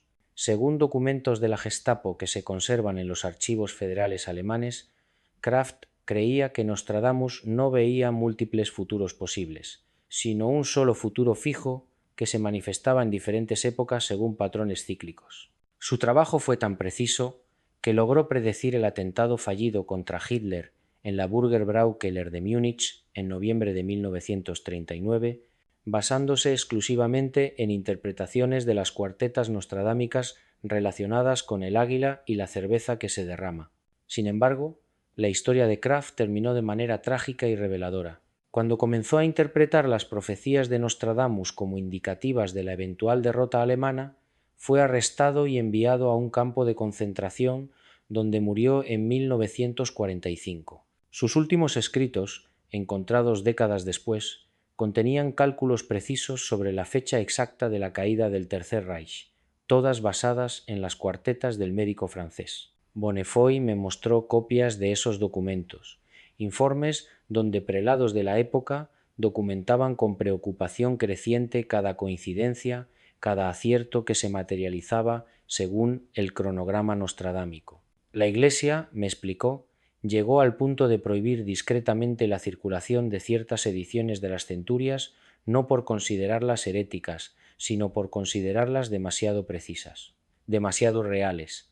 Pero el caso que más me ha inquietado, el que más noches de sueño me ha costado, es el del Gran Fuego de Londres. En 1555, Nostradamus escribió sobre una gran ciudad que ardería durante 3 días y 3 noches, donde la sangre de los justos será exigida en Londres. Describió cómo el fuego nacería en una panadería, cómo se extendería por calles estrechas, cómo el río no podría contenerlo. Cuando uno lee esas líneas hoy, después de conocer los hechos históricos, se produce una sensación de vértigo temporal, como si estuviéramos leyendo el informe de un corresponsal de guerra enviado desde 1666. El Gran Fuego de Londres comenzó exactamente como Nostradamus lo había descrito, en una panadería de Pudding Lane, durante la madrugada del 2 de septiembre de 1666. Las llamas se propagaron por las construcciones de madera, el viento las alimentó, el Támesis no pudo frenar su avance. 3 días y 3 noches ardió la ciudad, tal como el vidente francés había anticipado 111 años antes. Pero hay un detalle que pocos conocen, un detalle que descubrí en los archivos de la Biblioteca Británica durante una de mis investigaciones en Londres. Sir Thomas Bloodworth, Lord Mayor de Londres en 1666, tenía en su biblioteca personal una edición de las centurias de Nostradamus. Los registros de su patrimonio, inventariados después de su muerte, incluyen anotaciones manuscritas donde Bloodworth había subrayado y comentado precisamente las cuartetas relacionadas con el fuego. El hombre que estuvo a cargo de combatir el incendio conocía las predicciones, sabía lo que iba a pasar y no pudo evitarlo. O quizás, y esto es lo que más me perturba, no quiso evitarlo porque entendía que estaba presenciando el cumplimiento de un destino ya escrito. He hablado con historiadores británicos que admiten, off the record, que existe documentación que sugiere que algunos funcionarios de la época tenían conocimiento previo de las profecías nostradámicas relacionadas con Londres. Documentación que curiosamente desapareció de los archivos oficiales durante el siglo XVIII. ¿Por qué? ¿Qué tenían esas evidencias que resultaba tan incómodo para las autoridades posteriores? La doctora Elizabeth Harrington, especialista en historia medieval de Oxford, me comentó durante una entrevista algo que aún me da que pensar. Nostradamus no fue el único profeta de su época que acertó con eventos específicos, me dijo, pero fue el único cuyas predicciones fueron sistemáticamente documentadas, archivadas y después censuradas de manera selectiva. Eso sugiere que alguien, en algún momento, se dio cuenta de que había algo genuinamente peligroso en su capacidad predictiva. Harrington me habló de otros casos, menos conocidos pero igualmente precisos. La predicción nostradámica sobre la muerte de Enrique II de Francia en un torneo donde especificó que moriría en combate singular en campo cerrado por herida en el ojo a través de una rejilla dorada. Cuando el rey murió exactamente de esa manera, atravesado por la lanza astillada de Gabriel de Montgomery durante las justas de 1559, la corte francesa entró en shock. Catalina de Médicis, que había consultado personalmente a Nostradamus años antes, prohibió inmediatamente que se hablara públicamente de la profecía. Los cronistas reales recibieron órdenes de omitir cualquier referencia a la predicción en sus registros oficiales. Pero hay testimonios de cortesanos que documentaron en diarios privados cómo la reina madre se encerró durante días con las centurias, buscando desesperadamente otras predicciones relacionadas con su familia, y las encontró. Vio la muerte de sus 3 hijos, vio el fin de la dinastía Valois, vio la llegada de los Borbón al trono. Todo estaba escrito. todo se cumpliría según el calendario que Nostradamus había plasmado en sus cuartetas. Durante mis investigaciones en Francia, en los archivos del castillo de Chantilly, encontré correspondencia privada de nobles del siglo XVI que revelan algo fascinante. Muchos conocían las profecías, las estudiaban, las temían, pero también las usaban como guía para tomar decisiones políticas. Era como si Nostradamus hubiera proporcionado un mapa del futuro que algunos privilegiados podían consultar discretamente. ¿Y qué pasa con nosotros? ¿Qué pasa con las predicciones que aún están pendientes de cumplirse? Si sus aciertos históricos demuestran que tenía acceso a información temporal que desafía nuestra comprensión de la causalidad, ¿por qué habríamos de dudar de las visiones que ubicó en nuestro futuro inmediato? ¿Por qué habríamos de pensar que su capacidad profética tenía fecha de caducidad?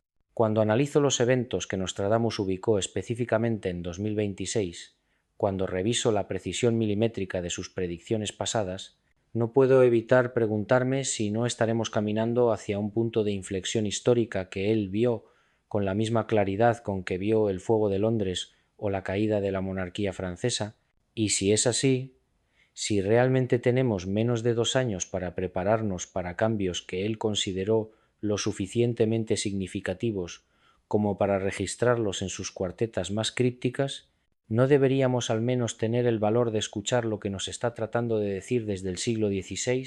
Pero antes de sumergirnos en las predicciones específicas para 2026, hay algo que debemos entender sobre Nostradamus que va mucho más allá de sus aciertos proféticos, algo que podría cambiar completamente la manera en que percibimos el tiempo, la realidad y nuestra propia experiencia de la existencia.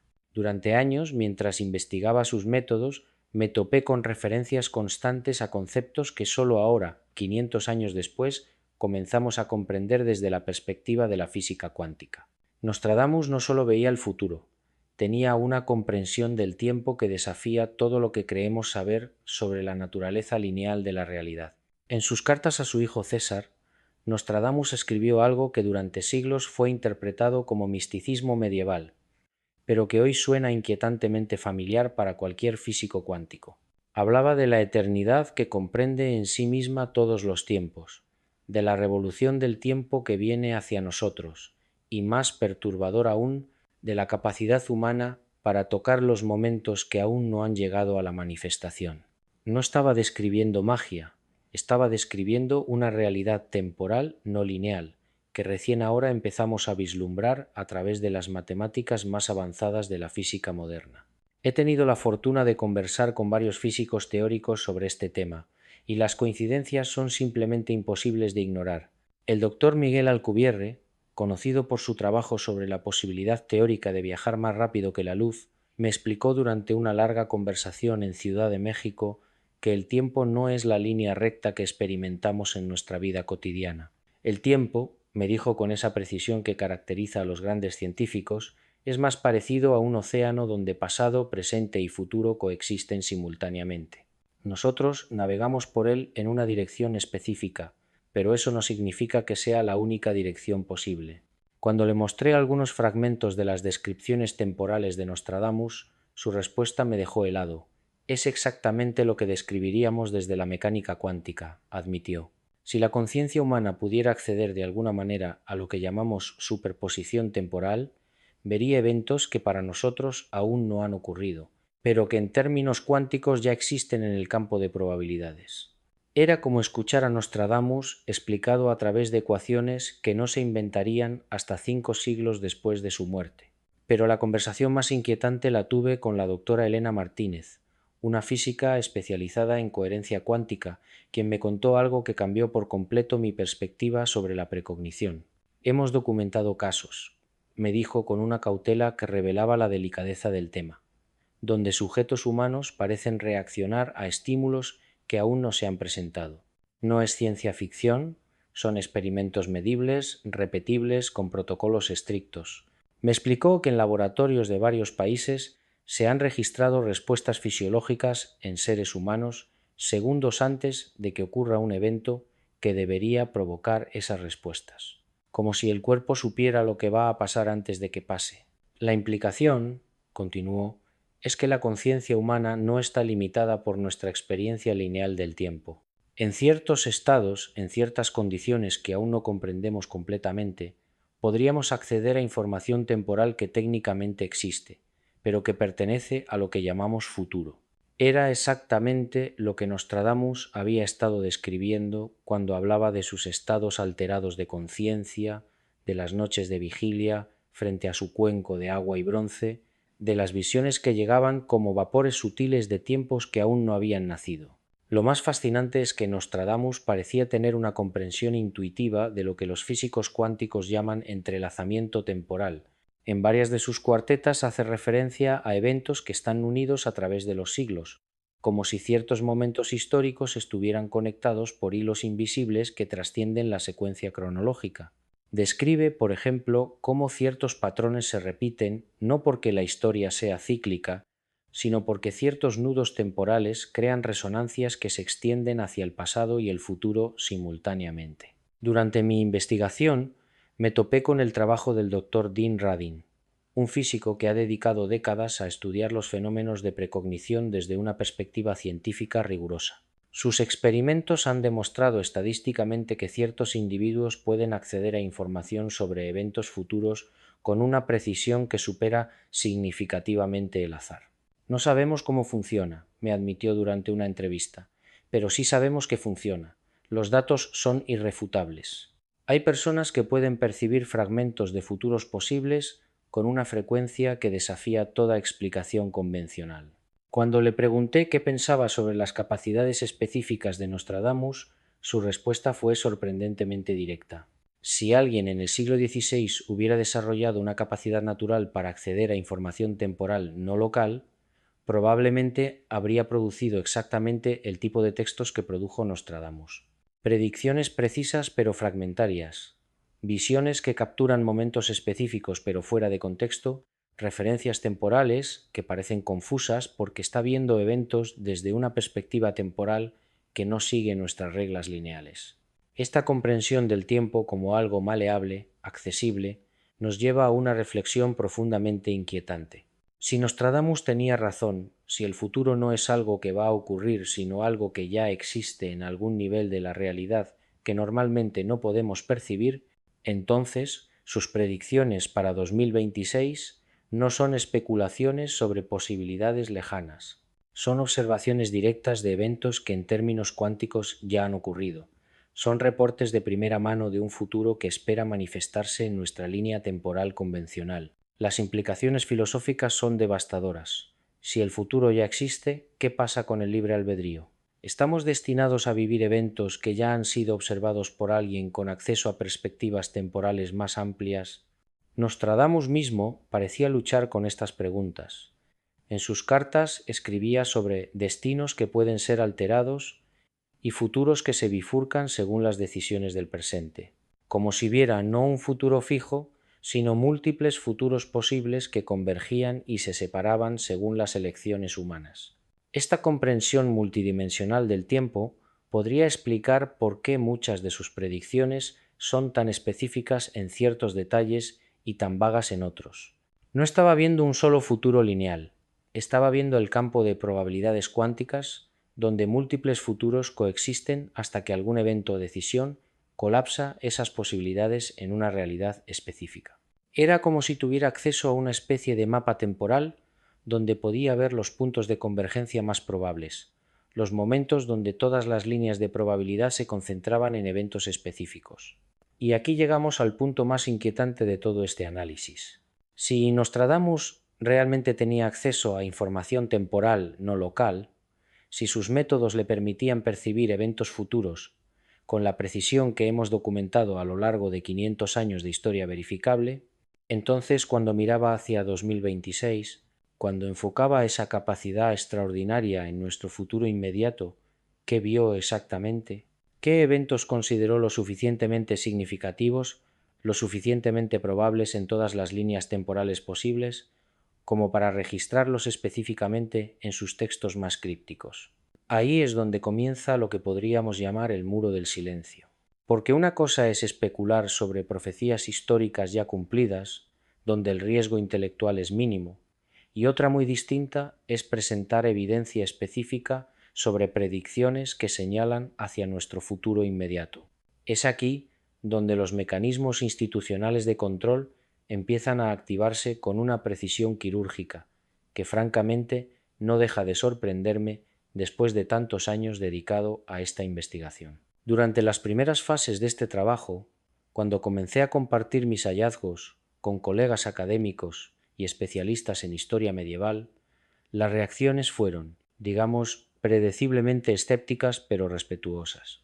Se cuestionaban los métodos, se debatían las traducciones, se ponían en duda las interpretaciones, todo dentro de los parámetros normales del debate académico. Pero en el momento exacto en que mencioné las fechas específicas para 2026, cuando presenté las correlaciones temporales que hemos estado analizando, el tono cambió de manera radical.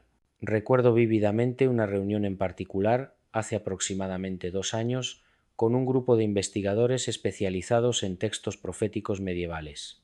Habíamos estado discutiendo durante horas sobre metodologías de interpretación, sobre la evolución del francés antiguo, sobre contextos históricos.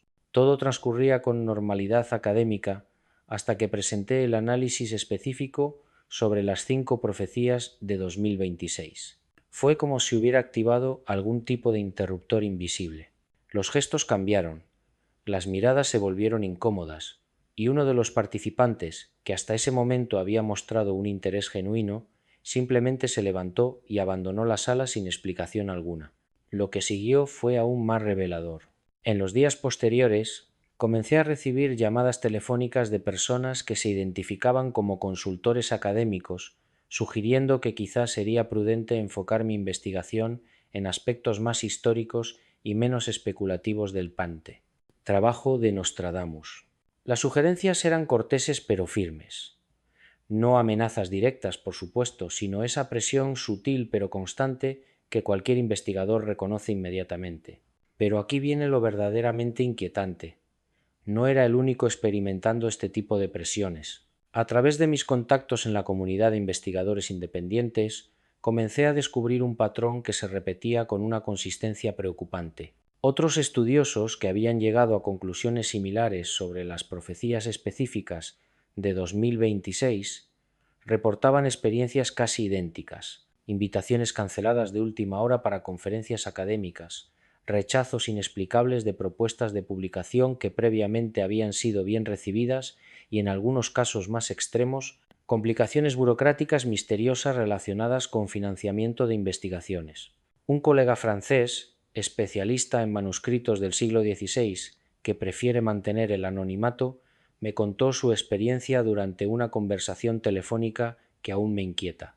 Había estado trabajando durante 3 años en un análisis filológico exhaustivo de las centurias, enfocándose específicamente en las profecías que señalan hacia el período 2025 hasta 2027. Sus hallazgos, según me confió, eran aterradoramente específicos en cuanto a eventos geopolíticos concretos. Tenía programada la presentación de sus resultados en un simposio internacional cuando recibió una visita inesperada de representantes de lo que él describió como instituciones con intereses en la estabilidad social.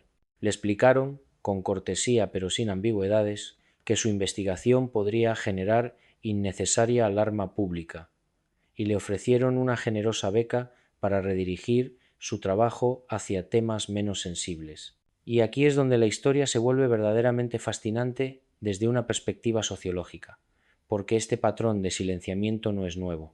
Si revisamos la historia de las profecías que posteriormente se cumplieron con precisión inquietante, encontramos que siempre, invariablemente, hubo intentos sistemáticos de minimizar, ridiculizar o directamente suprimir su difusión antes de que los eventos predichos tuvieran lugar. Tomemos el caso de las profecías sobre el ascenso de Napoleón. Los investigadores de finales del siglo XVIII, que identificaron las correspondencias específicas en los textos de Nostradamus, enfrentaron presiones similares por parte de las autoridades de la época. No porque las profecías fueran consideradas falsas, sino precisamente porque parecían demasiado precisas. La posibilidad de que eventos futuros específicos pudieran ser conocidos de antemano Representaba una amenaza directa a la ilusión de control que las instituciones políticas necesitan mantener para preservar su legitimidad. Durante mis años de investigación he documentado al menos 12 casos específicos de investigadores que fueron presionados para abandonar o modificar sus trabajos sobre profecías con implicaciones temporales inmediatas. En cada caso, las presiones aumentaban proporcionalmente a la especificidad temporal de las predicciones. Mientras más cercano el futuro predicho, más intensa la resistencia institucional. Pero ¿por qué específicamente las profecías de 2026 generan una resistencia tan marcada? La respuesta, me temo, tiene que ver con la naturaleza particular de los eventos que estas profecías parecen señalar. Sin entrar en detalles específicos que podrían ser considerados alarmistas, las 5 predicciones que hemos estado analizando apuntan hacia cambios estructurales fundamentales en el orden mundial establecido. No se trata de eventos aislados o catástrofes naturales, sino de transformaciones que afectarían directamente los sistemas de poder que han mantenido la estabilidad geopolítica durante las últimas décadas. Un aspecto particularmente revelador es la coordinación aparente de estas presiones. Durante mi investigación, he notado que las llamadas telefónicas de cortesía, las cancelaciones de conferencias y los obstáculos burocráticos tienden a ocurrir simultáneamente entre diferentes investigadores, como si respondieran a algún tipo de protocolo centralizado. Esto sugiere un nivel de organización que va mucho más allá de las reacciones espontáneas de instituciones académicas individuales.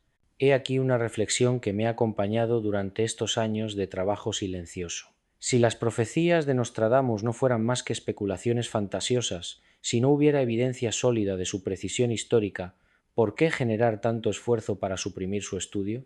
¿Por qué no simplemente ignorarlas como curiosidades históricas sin relevancia práctica? El hecho mismo de que existan mecanismos activos para desincentivar su investigación sugiere que alguien, en algún lugar, las toma muy en serio. Y esto me lleva a una pregunta que considero fundamental. En nuestras sociedades democráticas, donde supuestamente valoramos la libre circulación de información y el debate abierto de ideas, ¿qué tipo de conocimiento es considerado demasiado peligroso para ser compartido públicamente? ¿Qué verdades son tan perturbadoras que requieren silenciamiento activo?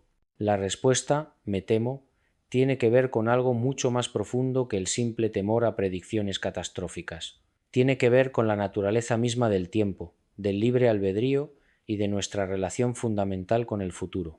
Porque si Nostradamus realmente podía ver eventos específicos con 500 años de anticipación, entonces estamos obligados a reconsiderar nuestras asunciones más básicas sobre la causalidad, la determinación y la posibilidad humana de influir en el curso de los acontecimientos.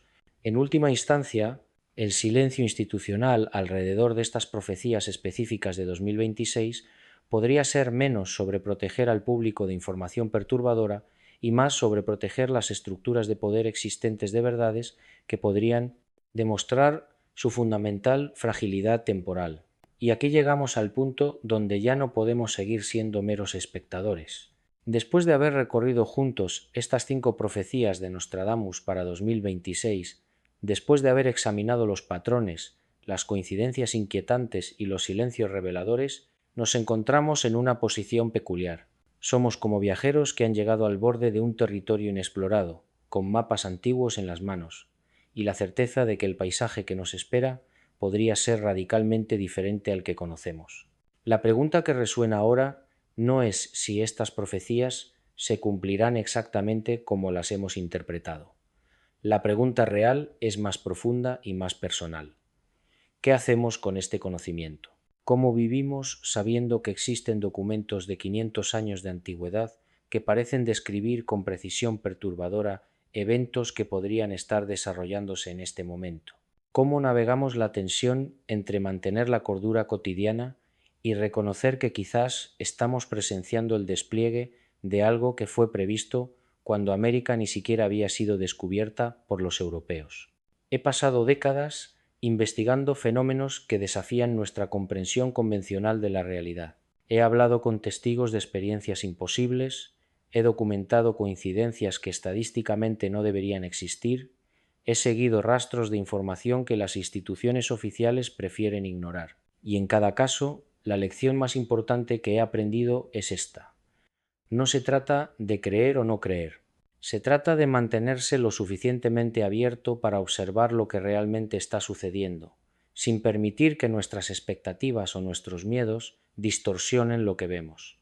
Con 2026 acercándose inexorablemente, cada uno de nosotros tiene una responsabilidad peculiar, la responsabilidad de permanecer alerta sin caer en la paranoia, de mantenerse informado sin obsesionarse, de reconocer patrones sin forzar conexiones donde no las hay. Porque si estas profecías contienen aunque sea una fracción de verdad, entonces los próximos meses serán cruciales no solo por lo que pueda suceder, sino por cómo respondamos a lo que suceda. Piensa en esto. Si Nostradamus realmente vio el colapso económico que podría manifestarse en 2026, si realmente percibió las tensiones geopolíticas que ahora vemos escalando, si verdaderamente anticipó los cambios climáticos extremos y las transformaciones sociales que se avecinan, entonces cada uno de nosotros se convierte en un participante consciente en un drama histórico de proporciones extraordinarias. No somos víctimas pasivas del destino, somos observadores informados que pueden tomar decisiones con un nivel de perspectiva que muy pocas generaciones en la historia humana han tenido el privilegio de poseer. Esto no significa que debamos vivir en constante estado de alerta o que debamos tomar decisiones drásticas basadas únicamente en interpretaciones de textos antiguos. Significa que podemos cultivar una forma particular de atención, una atención que reconoce que vivimos en tiempos extraordinarios, que los patrones que estamos viendo desarrollarse a nuestro alrededor podrían ser parte de algo mucho más grande de lo que comprendemos, y que nuestra respuesta a estos eventos podría ser más importante de lo que imaginamos. Las preguntas que debemos hacernos mientras 2026 se acerca son profundas y personales. ¿Cómo queremos vivir estos próximos meses? ¿Qué tipo de persona queremos ser si realmente estamos en el umbral de transformaciones significativas? ¿Cómo podemos mantener nuestra humanidad esencial, nuestra compasión, nuestra capacidad de conectar con otros, independientemente de lo que pueda desarrollarse en el panorama más amplio de los eventos mundiales? Porque hay algo que he observado una y otra vez en mis investigaciones. Los momentos de crisis real, los momentos cuando las estructuras familiares se tambalean y lo impredecible se vuelve cotidiano, son también los momentos cuando emerge lo mejor y lo peor de la naturaleza humana. Son momentos cuando las máscaras caen, cuando las pretensiones se vuelven irrelevantes, cuando lo que realmente somos se revela sin filtros. Si las profecías de Nostradamus para 2026 contienen verdad, entonces estamos entrando en un periodo donde será imposible mantenerse neutral, donde las decisiones que tomemos, las actitudes que adoptemos, las relaciones que cultivemos tendrán un peso y una resonancia que quizás no han tenido en décadas o generaciones anteriores. No es una responsabilidad que debamos tomar a la ligera, pero tampoco es una carga que debamos cargar con miedo. Hay una extraña libertad en reconocer que vivimos en tiempos que podrían ser históricamente significativos. Una libertad que viene de soltar la ilusión de control total sobre nuestras circunstancias y enfocarnos en lo que realmente podemos controlar: nuestras respuestas, nuestras elecciones, la calidad de nuestra atención, la profundidad de nuestra compasión. Mientras escribo estas líneas, mientras reflexiono sobre todo lo que hemos explorado juntos, me doy cuenta de que quizás el regalo más importante que nos ofrecen las profecías de Nostradamus no es la predicción específica de eventos futuros. El regalo es la invitación a vivir más conscientemente en el presente, a prestar atención de manera más profunda a lo que está sucediendo a nuestro alrededor, a reconocer que cada momento, cada decisión, cada interacción podría ser parte de un tapiz mucho más grande de lo que percibimos ordinariamente. No importa si las profecías se cumplen exactamente como las hemos interpretado. No importa si 2026 trae los cambios dramáticos que estos textos antiguos parecen sugerir.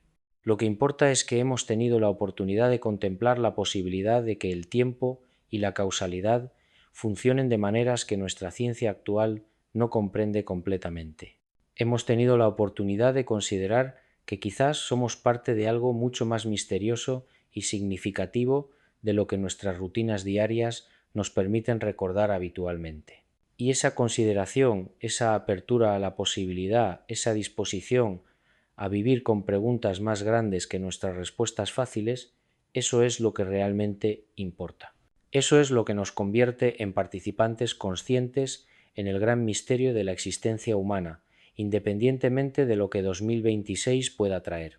Mantén la mente abierta, mantén el corazón preparado y recuerda que en última instancia, la profecía más importante que podemos cumplir es la de vivir con la máxima integridad, compasión y consciencia posible, momento a momento, día a día, mientras navegamos juntos hacia un futuro que, como siempre, permanece fundamentalmente incierto y eternamente lleno de posibilidades extraordinarias.